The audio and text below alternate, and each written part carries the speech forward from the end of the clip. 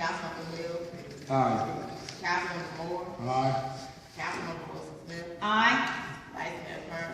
Aye. Mayor Myers. Aye, motion. Item 9H, consideration of amending the special fund by appropriating funds received for the Week of Wonders camp. Donations were sought for the history camp, and the funds are to be used to provide a week of learning about the city's rich and diverse history, culture, and architecture. Mayor Myers. Your motion on the floor for appropriation. Vice Mayor Perry. A motion that we accept the attached appropriation ordinance in the amount of $2,610. Is there a second? Councilman Coleman. Second. Madam Clerk. Councilmember Coleman. Aye. Councilmember Hart. Aye. Councilmember Hill. Aye. Councilmember Moore. Aye. Councilmember Wilson Smith. Aye. Vice Mayor Kern. Aye. Mayor Myers. Aye, motion passed. Consideration of a petition to amend and approve rezoning ordinance for properties addressed as 1004 and 1015 Commerce Street. The public hearing having been duly held on February 3rd, 2015, and comments were heard during the time from citizens. Only City Council will be deliberating and taking action on this request, and no citizen comments will be allowed during the discussion of this request. The proposed project was approved back in 2011 for mixed use or majority residential market rate units.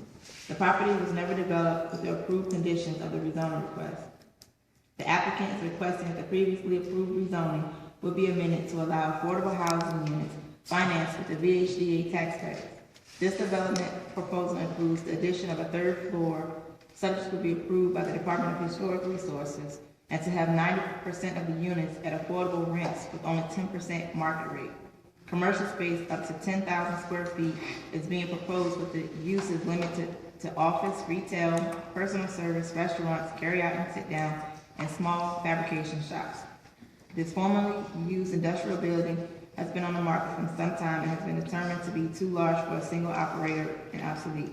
The project is subject to review and approval of any exterior work by the Architectural Review Board. And this request includes building an addition as permitted by the Department of Historic Resources to house penthouse units. Mayor Myers. Are there any questions or motion on the floor? Yes, Councilman Coleman. Thank you, Mr. Mayor. I have a few comments to make. This project is in my ward, Ward 6, and I do support this project. I'd like to say that I want to get rid of the myth that low-income housing is bad for the city, that low-income people are robbers, thieves, rapists, murderers, and gangsters. That's not true. Low-income people are decent people like everyone else.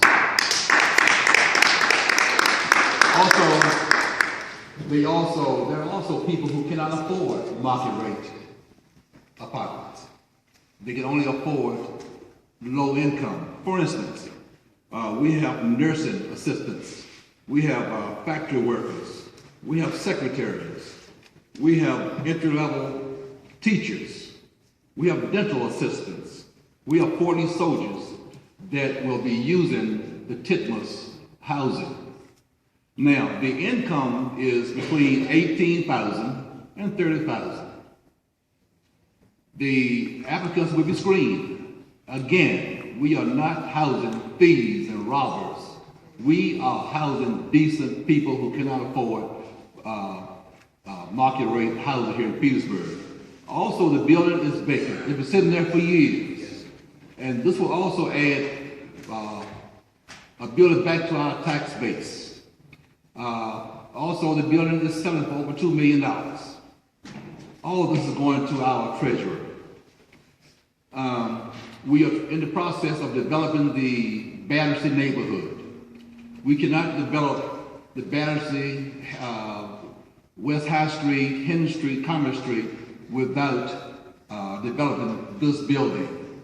So we must develop the Titmus building. It's been sitting there vacant for years, and no one is interested in development of that building, but Mission Bay Investments.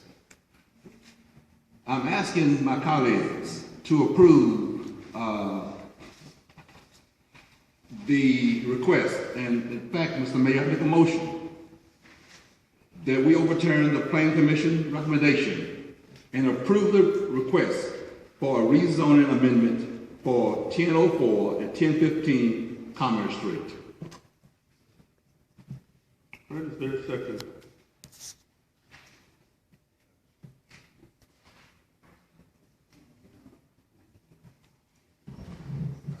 Second.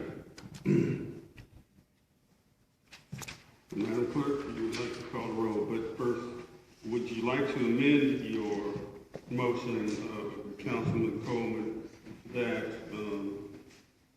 as part of the condition of council that an $18,000 minimum would proceed? Yes. Okay, Discussion, Mr. Mayor? discussion? Question on the $18,000 minimum. This is money that the LIHTC is a federal mandated program through the CFR, correct, Congressional Federal Record.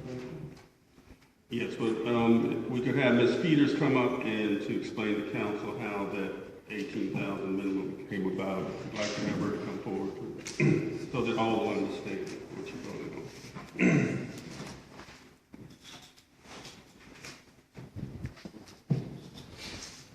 Ms. Peters, we'd like for you to explain the $18,000 condition that council would like to add to this. The request, the condition that you are asking me to explain is where the developer can have their marketing company in screening applicants to live in the apartments that they will meet a minimum income. The VHDA tax credit application does not make that a requirement, and it could be higher depending on the market, though. It could go higher, so I don't know if you want to say that I don't know if you want to put a hard number in there. That's a decision for council to make, but you do understand that the market could drive that number, and the number could be higher than 18,000. And I don't know if you want to drop it to a minimum to say you won't accept persons under making a certain dollar amount, because it could go lower. It could be 16. It could never go down to 0. It could never go to 5. I just want to make sure everybody understands that it will be an instrument, it will be a tool for the marketing company, for the developer to use in order to qualify those persons who will live in this development. It is not a requirement of the VHDA tax credit application or process. Mr. Coleman, would you like to modify your motion to make 18,000 the minimum with respect to, we cannot change the maximum of 30, but we can condition for 18,000 minimum, if that's what you so desire. I also desire to make the minimum 18,000. Question. Yes, ma'am. Have they already secured the low income tax credits? And if not, what happens if they do not?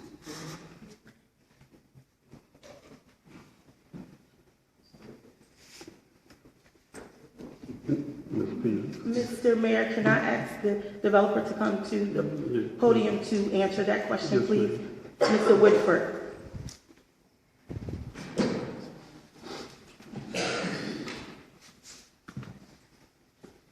Yes, in answering that question, the development is not developable by our team without that LIHTC tax credit. That was presented in one of the slides in the briefing, and I can show you that slide, ma'am. I remember the slide, but the question is, what happens to this entire project if you do not get the low income tax credit? I mean, are we putting the cart before the horse? Should you not have the tax credit and then we approve it? Or you approve it first, and then if you don't get the tax credit, then what? One of the things that allows us to go out and get the lending set up is to have the approval of the LIHTC in place. The SLPP project was not able to, went out and attempted to secure financing and was not able, and the LIHTC was not approved. and now we're not unable to go out and secure the financing. So if we're not able to get the LIHTC, to answer your question, we're not able to develop the pool. And yes, they have to do the rezoning first before the zoning has to be in place. And right now, that zoning is not in place for them to even apply for the LIHTC credit. Question, Mr. Mayor? Councilman Hart? Part of this, you talk about adding a third floor, which has to go through historic foundation. Have you guys received that approval, or we're still waiting on it, or what's going on? Those plans were put in place or put into motion by the previous developer, Mr. Larry Shiflett, and it is in motion. We haven't formally received the approval by the historic approval on that. However, our historian who is working with us, our consultant, is favorable on that being approved. Okay, but let's say it doesn't go your way. That changed the course of the number of units, and it also changed the course of, well, the 90-10 split. Yes, it would change. It would make the 90% lower and the 10% lower. Yes, so we would do 13 less apartments.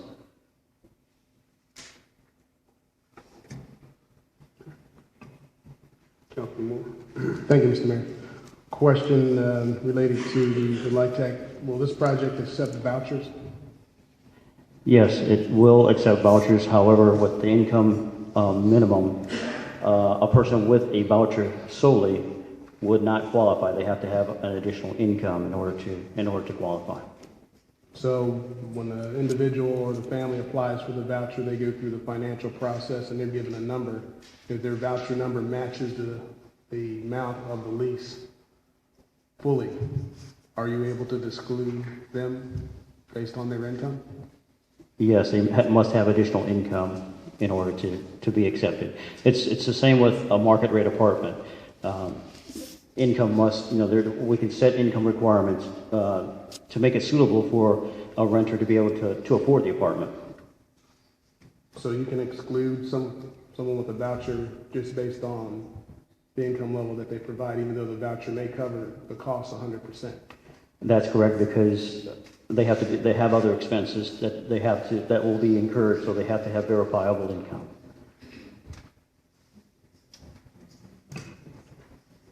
Vice Mayor? My question with this project is, these are 200 units at 9 and 10, and we have school districts that our school district is struggling at AP Hill and Stewart, and have you taken into account the strain that this project will put on AP Hill and Stewart, which are struggling for accreditation? What type of, have you done your homework on how many extra teachers we would need? Because with 200 units, it could easily be an extra 200 kids easy. Well, the national average for apartment buildings is, in any apartment, is 0.4 children, particularly with 2 bedrooms or below. So and all the units are 2 bedrooms or 1 bedroom. So while I can't predict the exact number, the national average shows that students don't live in apartment buildings, or 0.4 students live in the apartment buildings per unit. Have we looked at a way to offset this 9 and 10 by offering some senior housing, which would be age-restricted housing, to offset some of this influx of population?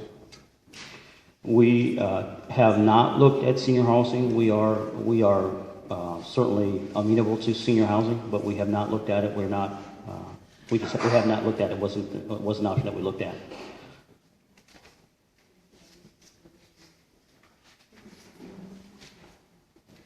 Any more questions from council? One question. Yes, ma'am, Council. Have you considered, instead of a 90-10 split, 50-50? It's very difficult to go below the 90-10 split, just because for every 10% that we lose in the LIHTC tax credit, that we take out of that 90%. For every 10% we go down, we lose $1 million in funding. It's going to take approximately $27.9 million to do this building, to develop this building, and our sources and uses, or the funds that are available, right around 28 million with the LIHTC credit at 90%.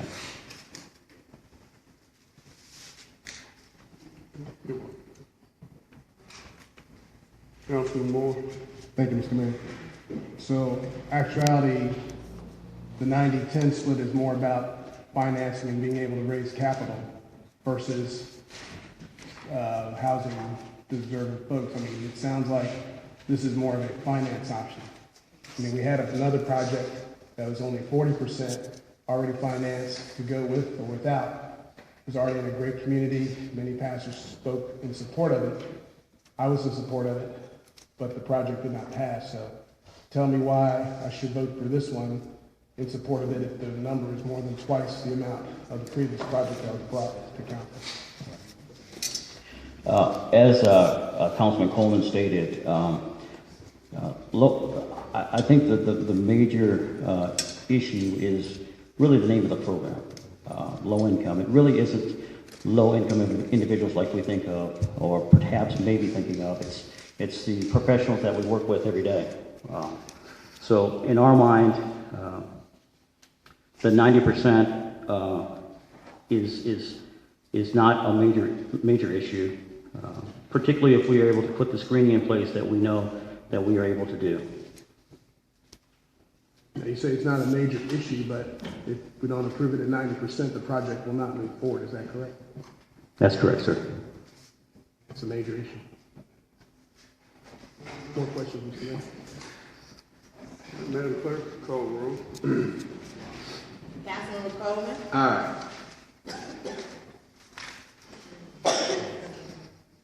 Councilmember Hart.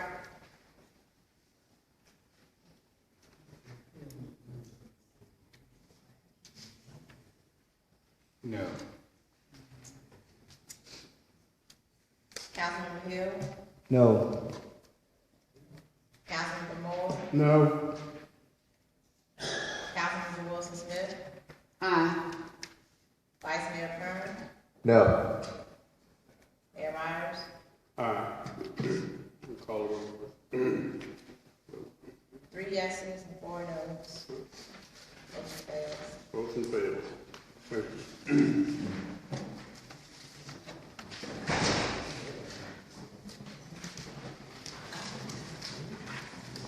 Are there any more items to report from council? Councilwoman Wilson Smith? Can, if you don't mind, can you come back to me? Councilmember Hart. Yes, good evening.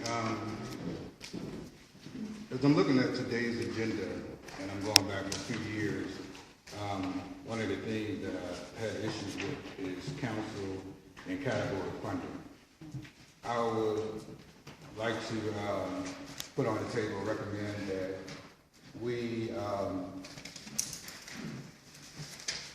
remove category funding from the city council and give that authorization back to the school system, feeling that I think that they are fiscally responsible and taking care of their issues, and when they need to move money around for whatever issues, that it's more convenient for them to do so at their pleasure, as than to coming down waiting for a week, 2 or months for us to do so.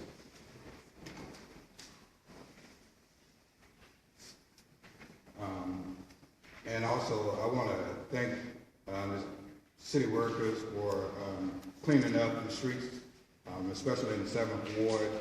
We've gotten a lot of calls on that, and you guys have stood up and went out in the next day or two to help us clean up these areas in the recent snowstorms. Thank you. Any further items? Councilman Coleman? Thank you. Listening to